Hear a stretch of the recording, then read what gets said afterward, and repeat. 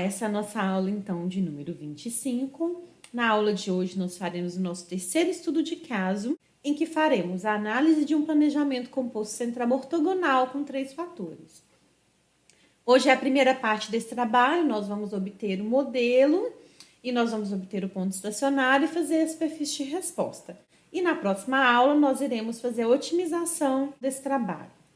Então, esse exemplo, que é o exemplo 27, foi desenvolvido num trabalho de mestrado da UFTM, em que nós temos, então, o desenvolvimento de um material em pó, usando um equipamento que se chama spray dryer. Então, o spray dryer, basicamente, a gente tem aqui um recipiente, onde eu vou ter um bico atomizador. Então, através de uma bomba peristáltica, eu faço o bombeamento da minha solução que eu quero secar para dentro do spray, ele atomiza, tá? Forma uma atomização aqui dentro. Enquanto isso, eu tenho o ar passando dentro desse recipiente, um ar quente, que vai então secar essas gotículas. E esse pó seco vai então passar por um ciclone. E aqui no ciclone eu faço a recuperação do pó. A partícula entra dentro do ciclone, ela roda aqui, ela bate na parede do ciclone e é coletada aqui embaixo. E na parte de cima, então, sai o gás limpo de partículas. No entanto, muitas vezes as pessoas colocam também um filtro, tá? Para pegar as partículas mais finas que podem, porventura, ser arrastadas aqui dentro do ciclone. Para a gente poder, então, otimizar, maximizar a produtividade desse pó dentro do spray dryer, a gente pode pensar, então, quais são as variáveis que a gente pode manipular durante a operação. Então, nós temos aqui várias variáveis, tá? Poderia citar para vocês a temperatura de secagem, a temperatura desse ar que está lá dentro, que vai promover a secagem. A gente pode, por exemplo, pensar a vazão de líquido, que eu estou bombeando esse líquido para dentro do meu secador. A concentração também desse líquido, né? Quantos gramas de sólido por líquido eu tenho nessa minha suspensão que eu estou alimentando. Eu poderia também pensar qual é a vazão de ar que eu estou colocando, né, para poder fazer essa secagem. Então, todas as soluções que foram secas dentro do spray, elas tinham a mesma concentração de pó por grama de água, tá? Então, aqui no caso, era só o pó com a água, que era inicialmente dissolvido, e passado, então, bombeado para dentro do leito para poder fazer a secagem do material. Durante a secagem, aqui no spray dryer, as propriedades dessa partícula que são formadas, elas são diferentes da propriedade original, né, dessa partícula antes dela passar pelo processo de secagem.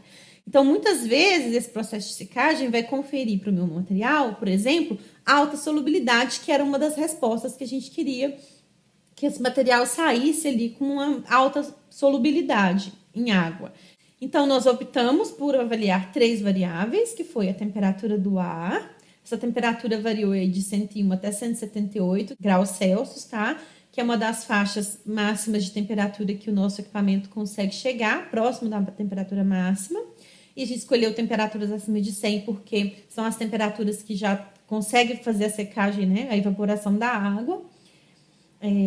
A vazão, então, do meu líquido, da minha suspensão, né? Quantos litros por hora eu estou alimentando dentro do reator? Isso tem a ver com a faixa, né, de vazões que a minha bomba consegue fazer essa alimentação. Então, foi de 0,5 a 0,8 litros por hora, né? Que daí, tipo, 500 ml por hora a 800 ml por hora. A vazão de ar, metros cúbicos por minuto, que também tem a ver com a faixa de vazão de ar que a gente tinha, que o equipamento conseguia alcançar, tá? Todas essas variáveis, então, foram estudadas, né? A gente ajustou esses limites inferior e superior para a faixa, então, do menos alfa mais alfa, e o alfa, que no caso era 1,525. Então, se vocês olharem e fizerem as contas aí, a gente tem 1, 2, 3, 4, 5, 6 réplicas aí no ponto central, ao todo, tá? 2 que normalmente já estão no planejamento, adicionamos mais 4 no ponto central. E vocês vão ver, então, que a gente tem um planejamento ortogonal. As respostas que foram avaliadas nesse planejamento foram o rendimento, tá? O que é o rendimento? Eu alimentei uma suspensão que tinha 50 gramas de material durante o meu tempo todo de operação e obtive aqui só 40. Né? Então, o meu rendimento é 40 gramas, que foi o pó que eu obtive, sobre a quantidade de que eu alimentei, porque no fim das contas vai ficar um pouco de material, às vezes, retido dentro da parede do equipamento. Então, o seu rendimento nem sempre é de 100%, muito pelo contrário, tá, pessoal? Tem operações em spray dryer que tem um rendimento aí bem baixo. Geralmente é assim, se eu alimento com uma vazão maior, a minha solução aqui para dentro, eu tô jogando mais água para dentro do equipamento e às vezes ele não vai ser capaz de evaporar toda aquela água e às vezes eu consigo fazer isso numa condição que sim, que ele consegue evaporar toda a água que tem ali dentro. Então a produtividade, ela tem a ver com quantos quilos que eu tô obtendo aqui por hora. Geralmente, se a vazão de alimentação da suspensão é maior, eu posso ter uma produtividade maior. No entanto, eu tenho que tomar cuidado, porque a produtividade pode ser maior, mas a quantidade da umidade que vai sair nesse material no final pode ser alta, porque eu estou jogando muita água dentro do spray dry e pode ser que ele não consiga secar tudo e eu vou sair com material úmido e não é o que eu quero. Então, a umidade também era uma resposta que foi avaliada, eu não vou mostrar essa parte da umidade aqui para vocês, mas a umidade também, a gente também tinha todas as medidas de umidade, a gente também fez toda a análise de regressão para a parte da umidade. E também fizemos para a parte da solubilidade, que era um objetivo que nós tínhamos. Então, quando a gente fez o da solubilidade e percebeu que todos os nossos fertilizantes já estavam com a capacidade, feitos no spray dryer, já estavam com uma capacidade alta de solubilidade, ou seja, em todas as condições a gente conseguiu melhorar muito a solubilidade do material em água, eu não vou mostrar para vocês também aqui a parte da regressão da solubilidade, tá? Porque todos eles atingiram a questão, o critério de solubilidade que a gente gostaria. Então, eu vou mostrar para vocês, primeiramente, essas duas respostas e na parte da otimização eu volto a falar um pouco com vocês da parte da umidade. Então, para o rendimento. Então, o que nós vamos fazer? Nós vamos pegar essa nossa tabela aqui, tá? Jogar ela no Excel para obter o nosso modelo. Vamos lá? Tá aqui, então, né, o nosso exemplo, 27. Eu coloquei aqui o número de testes, aqui a resposta rendimento, a resposta produtividade, e aqui tá, então, o nosso planejamento com os nossos 3 fatores, tá? E aqui os termos quadráticos e aqui os termos de interação. Então, nós já sabemos, né, como fazer. Vamos lá em dados. Análise de dados, regressão. Então, vou selecionar aqui o rendimento em função das minhas variáveis independentes. Vou colocar isso numa planilha que eu vou chamar de Y1. Vou pedir os resíduos, tá? E vou pôr os rótulos e dou OK. Então, está aqui a nossa planilha de resultados.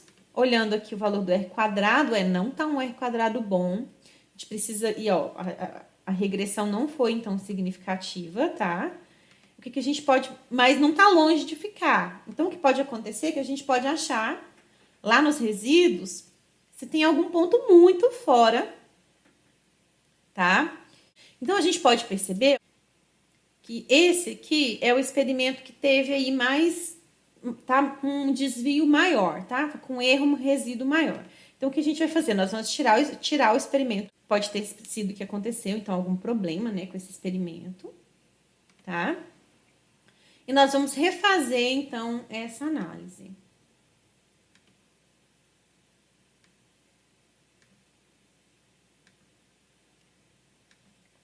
E eu vou chamar de 1 com outlier.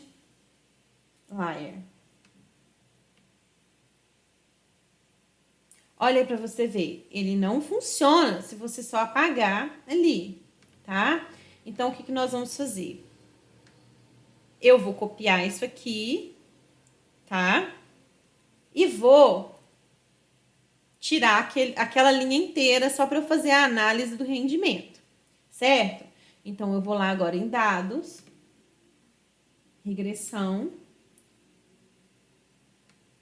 E agora, eu vou pegar esse aqui que tá sem aquele ponto 11, ó. Não tem o ponto 11 aqui. E vou pegar as nossas respostas. Certo? Que agora, já coloquei o nome certo aqui da...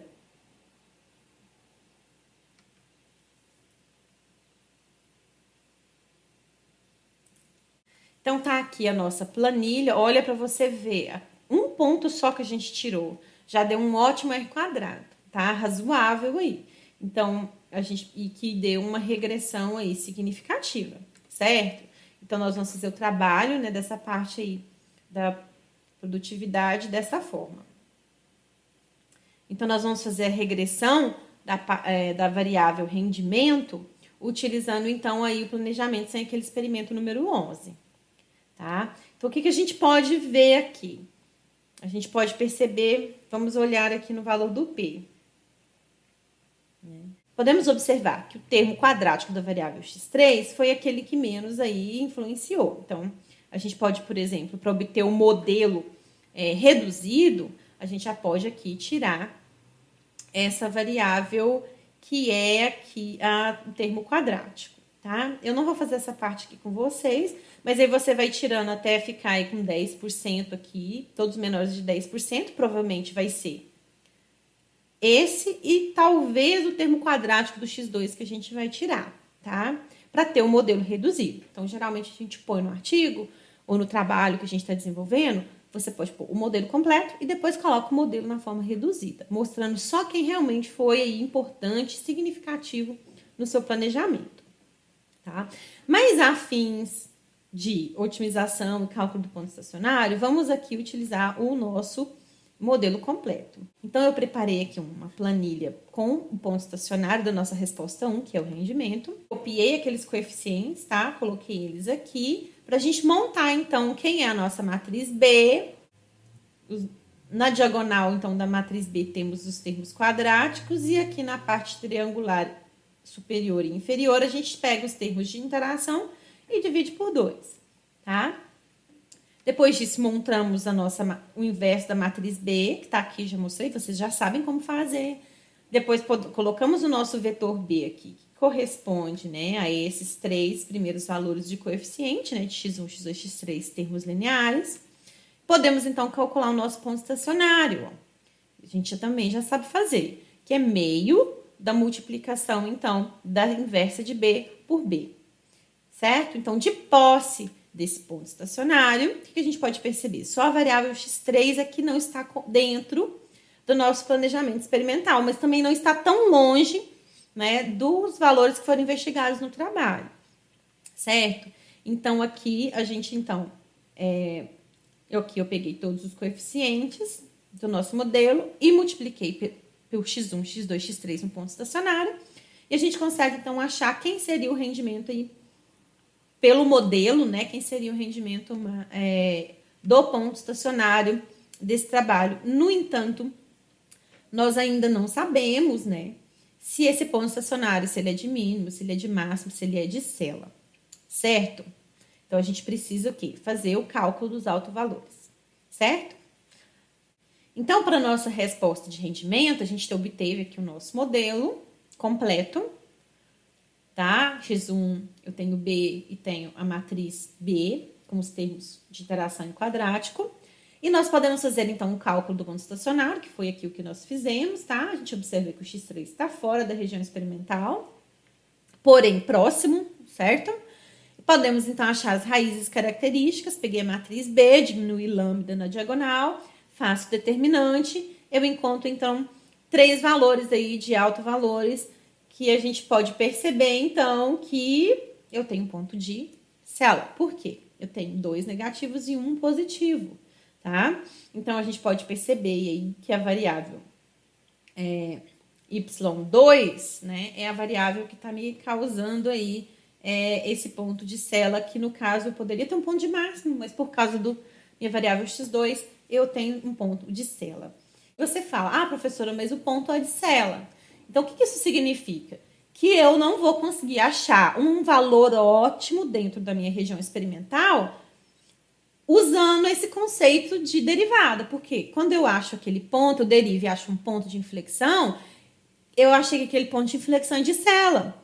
Então, para eu achar um máximo, eu tenho que então, usar agora outras ferramentas para encontrar dentro da minha região experimental um ponto que é máximo, mas não é exatamente um ponto de inflexão, que não corresponde quando a minha derivada lá, a primeira derivada igual a zero, ok? Então, eu vou mostrar para vocês na próxima aula como a gente pode, então, fazer o cálculo para poder maximizar. E no caso aqui do nosso trabalho, a gente quer maximizar a produtividade, Porque às vezes eu tenho um alto rendimento, mas eu tenho rendimento bom por quê? Porque eu estou alimentando muito pouca vazão de solução dentro do equipamento. E no fim das contas, o que a empresa quer? Ela quer uma máxima produtividade. Eu quero produzir o máximo possível naquele equipamento. Eu quero uma quantidade maior possível de quilos por hora de pó produzido, certo?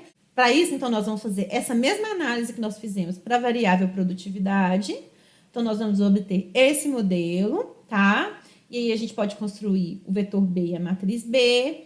Acharemos, então, o ponto estacionário. Veja que aqui, ó, o ponto estacionário, em duas variáveis, eu estou bem fora aí da minha região experimental. Ou seja, muito provavelmente, eu não vou conseguir fazer uma otimização usando a questão da derivada, né? Uma busca pela derivada, para achar esse ponto de inflexão, porque esse ponto de inflexão vai estar, além de estar fora, né, do meu planejamento experimental, ele pode nem ser um ponto de máximo, que a gente pode, então, fazer aqui também as raízes características, certo? E olhando, então, os autovalores, a gente já percebe que a gente não tem aí um ponto de máximo e nem de mínimo, a gente tem um ponto de cela, certo? Vou mostrar para vocês também aqui como fazer as nossas superfícies de resposta ligado a essas duas respostas, o rendimento e a produtividade. Na aula passada, nós já aprendemos, então, a como fazer a superfície de resposta. Fica aí para vocês tentarem, então, reproduzir a superfície de resposta desse trabalho.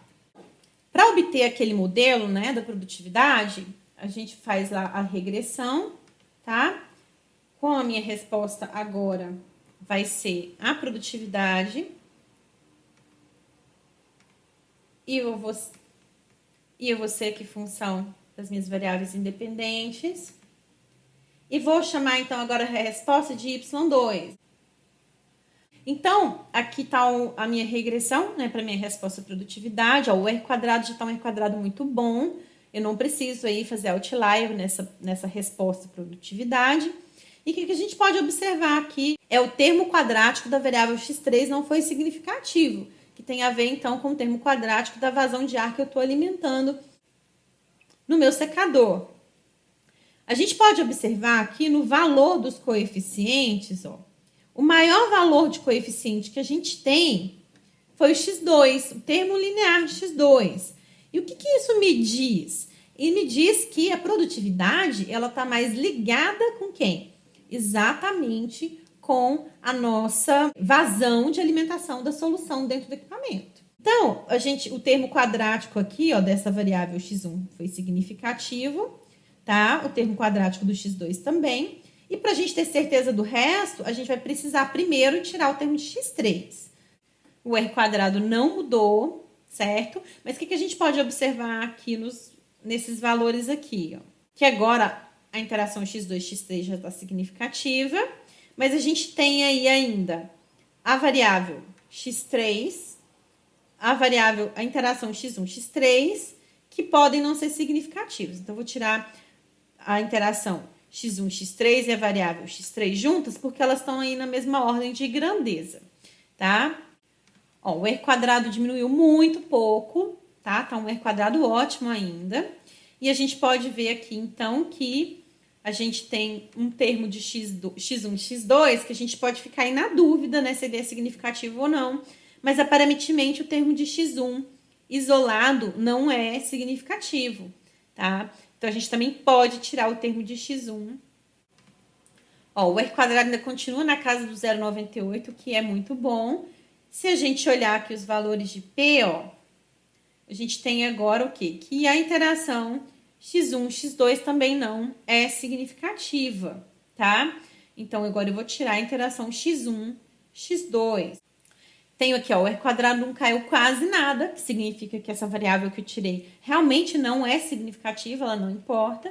E se a gente olhar aqui, pessoal, ó, eu tô com tudo abaixo de 10%. Então, vai depender muito do que eu escolhi, tá? Para o meu modelo. Então, se eu quero fazer uma análise com p-valor de 10%, ou seja, com nível de significância de 10%, a gente pode parar, então, com esse modelo aqui, tá? Mas se eu quiser exatamente 5%, eu posso continuar fazendo, muito provavelmente aí. Mas aí eu tenho que ver o impacto que isso vai causar no coeficiente aí quadrático de correlação, certo? Eu pararia por aqui tá? Nesse modelo aqui. E a gente pode, então, agora fazer a otimização, mas usando o modelo completo, certo? Nós fizemos aí o ponto estacionário usando o modelo completo, tá? Obtivemos aqui quem é o ponto de inflexão, que nós já vimos que é um ponto de cela, não é um ponto máximo, ok? Podemos dar uma olhada agora na superfície de resposta, né, dessa produtividade. Então, eu montei aqui, né, para vocês, a planilha com os dados, como a gente aprendeu na aula passada.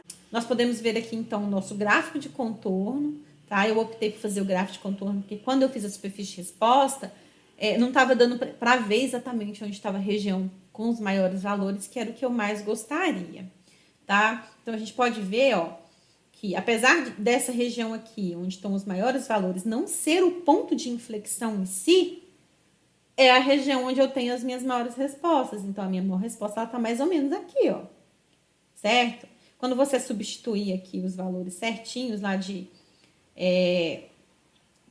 menos 1, de menos alfa a mais alfa, e aqui de menos alfa até mais alfa, a gente vai ver que o ponto próximo do ponto mais alfa aqui, ó, é onde eu vou obter a minha resposta máxima. Então, eu posso usar a superfície de resposta para tentar identificar onde está o máximo aqui, certo? Dentro do planejamento que eu estudei, dentro da região experimental que eu estudei. Então, eu estou vendo que eu vou conseguir valores aí próximos do 0,29. A minha resposta, né, não é tão função assim de x1. Eu vejo que eu tenho um termo quadrático, tá vendo aqui, ó, em x1, que foi o que deu realmente significativo. Né? E em x2 eu tenho termo linear e termo quadrático também.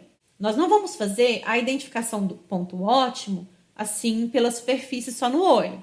Dá pra gente ter uma noção, tá, de onde esse ótimo está. Mas na próxima aula, então, eu vou mostrar para vocês como fazer então a otimização desse caso. Afinal de contas, a gente vai ter que usar um método, né, de otimização que não seja baseado numa busca por derivada, e que me permita, então, colocar restrições. Por quê? Porque eu sei que essas condições aqui em cima, que são as condições em que eu tenho a máxima produtividade, pode exatamente coincidir com uma restrição que eu tenho, que é uma restrição de umidade. Então, tenho alta produtividade, mas tenho alta umidade. Eu não quero umidades maiores do que 5%. Ou seja, eu vou ter que fazer uma otimização com restrição. Então, na próxima aula, a gente vai, então, mostrar aí um método, né, que você pode utilizar para fazer a otimização de uma equação que é não linear, né, que esse modelo nosso é um modelo não linear, mas com restrições, certo? Te vejo, então, aí na próxima aula.